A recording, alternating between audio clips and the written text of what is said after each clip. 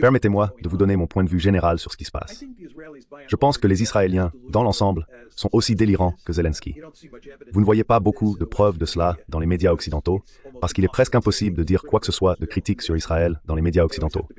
Ils doivent toujours être présentés comme les gentils, et les Arabes sont toujours présentés comme les méchants. Mais, si vous regardez ce qui se passe, les Israéliens sont dans de très très gros problèmes. Et comme les États-Unis sont étroitement liés aux Israéliens, nous sommes dans de très très gros problèmes.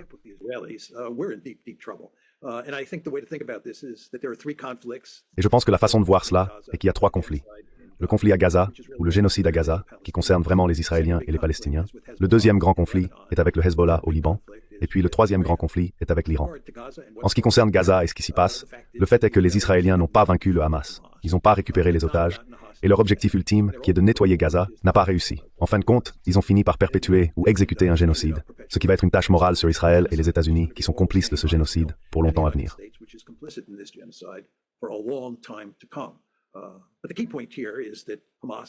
Mais le point clé ici est que le Hamas n'a pas été vaincu et ne va pas être vaincu. En ce qui concerne le Hezbollah, ils ne vont pas non plus vaincre le Hezbollah. Ce qu'ils essaient de faire, c'est d'empêcher le Hezbollah de tirer des roquettes et des missiles sur le nord d'Israël. La première stratégie qu'ils ont poursuivie pour atteindre cet objectif était la décapitation. Ils pensaient que décapiter la direction du Hezbollah résoudrait le problème. Ils ont tué Nasrallah et un certain nombre d'autres dirigeants de haut niveau à l'intérieur du Liban. Cela a-t-il fonctionné? Non. Et ce qu'ils ont décidé de faire, c'est d'exécuter une stratégie de punition, tuant un grand nombre de civils. Ils ont déjà tué 2000 civils. Cela a-t-il fonctionné?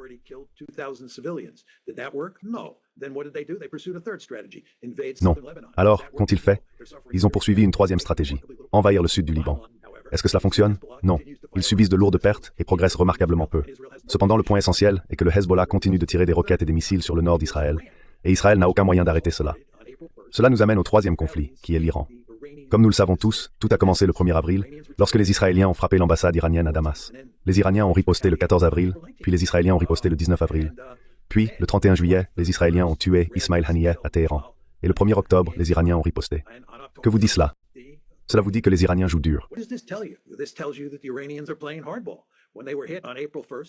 Lorsque leur ambassade a été touchée à Damas le 1er avril, ils ont riposté le 14 avril. Et d'ailleurs, la riposte israélienne du 19 avril était de très petite envergure. Donc les Iraniens n'ont pas ressenti le besoin de riposter à nouveau. Mais ensuite, l'assassinat du 31 juillet a eu lieu à l'intérieur de Téhéran, et les Iraniens ont riposté le 1er octobre. Maintenant, les Israéliens disent qu'ils vont riposter à nouveau, et nous attendons tous que cela se produise. Mais il faut être très clair sur ce point. Les Iraniens ont dit qu'ils contre-attaqueraient. Encore une fois, les Iraniens jouent dur ici. Ce qui se passe, c'est que les Israéliens et les Iraniens montent l'échelle de l'escalade, et il n'y a aucune preuve qu'Israël ait la domination de l'escalade. Et quand vous regardez ce que pourrait être le résultat ultime, à savoir un Iran nucléaire, l'histoire ne semble pas heureuse pour les Israéliens. Ils n'ont pas la domination de l'escalade. Ils ne vont pas battre l'Iran de manière significative. Ils ne vont pas battre le Hezbollah de manière significative. Ils ne vont pas battre le Hamas de manière significative. Et si vous regardez ce qui se passe à l'intérieur de la société israélienne, il y a de puissantes forces centrifuges. Il est clair que leur armée est fatiguée, usée. Les problèmes de morale sont étendus, et ils ont des difficultés à faire venir tous les soldats lorsqu'ils sont appelés. Donc c'est un pays qui est en réelle difficulté pour l'avenir, même si vous ne voyez pas beaucoup de preuves de cela dans les médias occidentaux.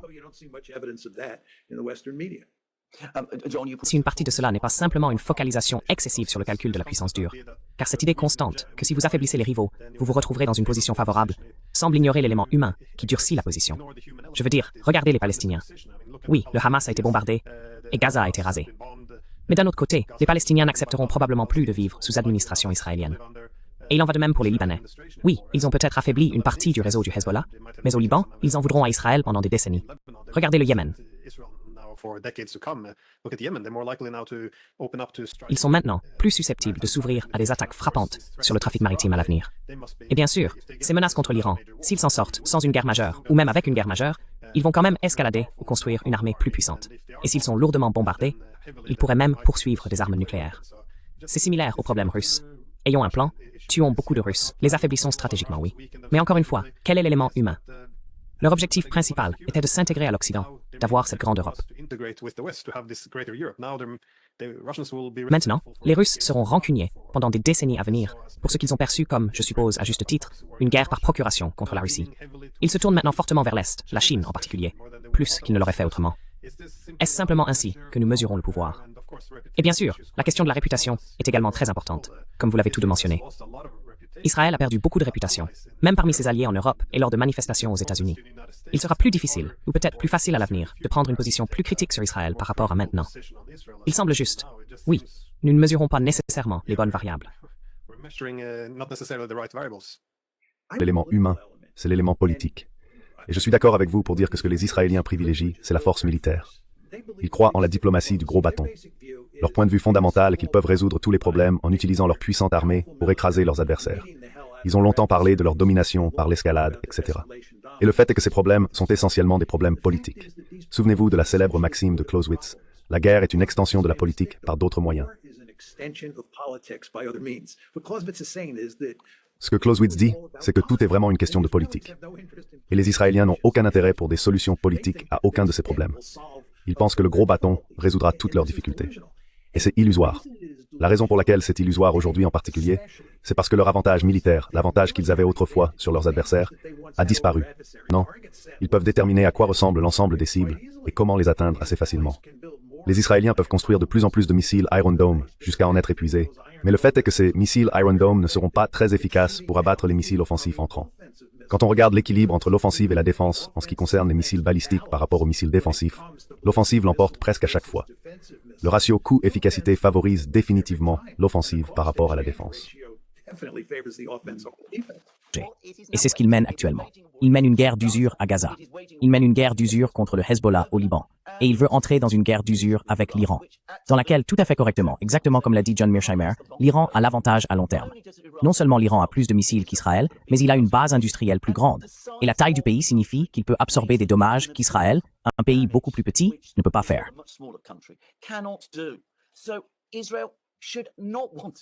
Donc, Israël ne devrait pas vouloir s'engager dans une guerre de ce genre avec l'Iran. Son économie est déjà sous une grande pression. Il y a déjà tous les problèmes dont John a parlé, avec des soldats et des gens qui ne veulent pas rejoindre l'armée et qui sont envoyés se battre. Il y a déjà des signes d'épuisement de la part de certaines sections de l'armée israélienne. Élargir la guerre, ce qu'Israël fait chaque fois qu'il rencontre des problèmes, comme il l'a fait à Gaza, son instinct semble être d'élargir la guerre ailleurs, de s'en prendre au Hezbollah, au Liban, et si cela ne fonctionne pas, s'en prendre aussi à l'Iran ou aux Houthis. C'est totalement mal conçu d'un point de vue rationnel.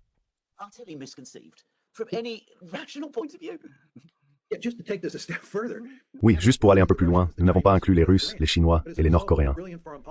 Mais à la suite de la brillante politique étrangère des États-Unis et de ce que nous avons décrit comme la politique insensée d'Israël, ce qui s'est passé ici, c'est que les Iraniens, les Russes, les Chinois et les Nord-Coréens ont été poussés ensemble dans ce bloc serré où ils s'entraident autant qu'ils le peuvent. Pour aller un peu plus loin, nous n'avons pas inclus les Russes, les Chinois et les Nord-Coréens.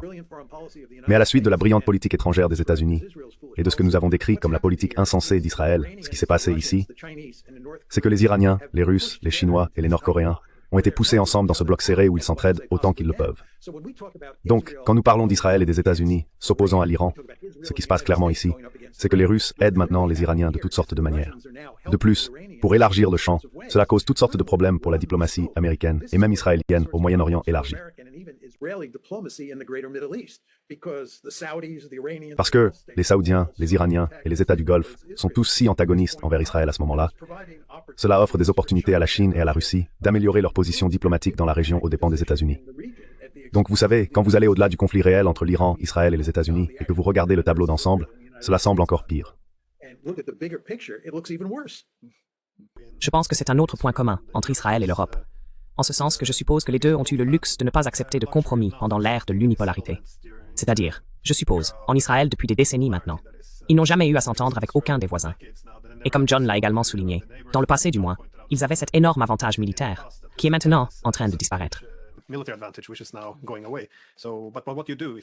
Ce qui concerne ce qui s'est passé le 14 avril, lorsque les Iraniens ont attaqué, les Israéliens, plus les Américains, plus les Français, plus les Britanniques, plus les Saoudiens, plus les Jordaniens, ont joué un rôle clé pour parer ces missiles iraniens.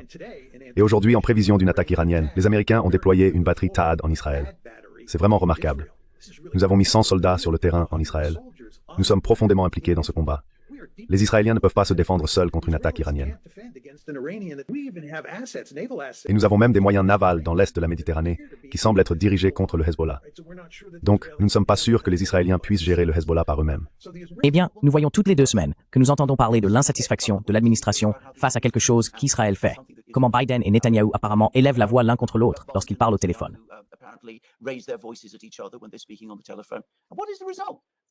Et quel est le résultat? Eh bien, les États-Unis donnent toujours plus d'armes à Israël. Ils soutiennent toujours Israël au Conseil de sécurité. Ils offrent à Israël toute la protection dont il a besoin. En d'autres termes, ils aident Israël dans cette voie qui va mener Israël et finalement les États-Unis eux-mêmes à la catastrophe.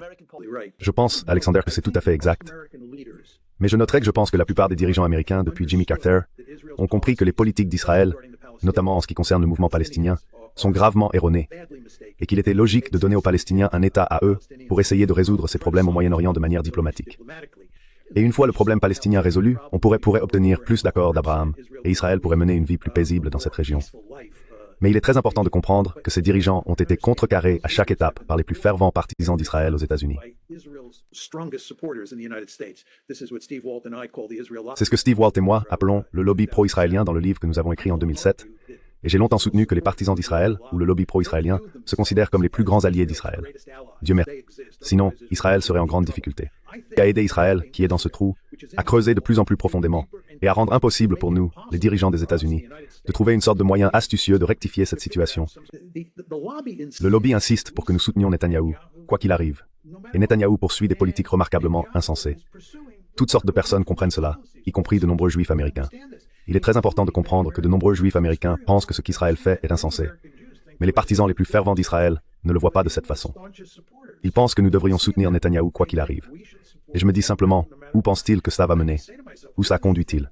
Je ne vois pas de fin heureuse à cette histoire, plus que je ne vois de fin heureuse à l'histoire de l'Ukraine.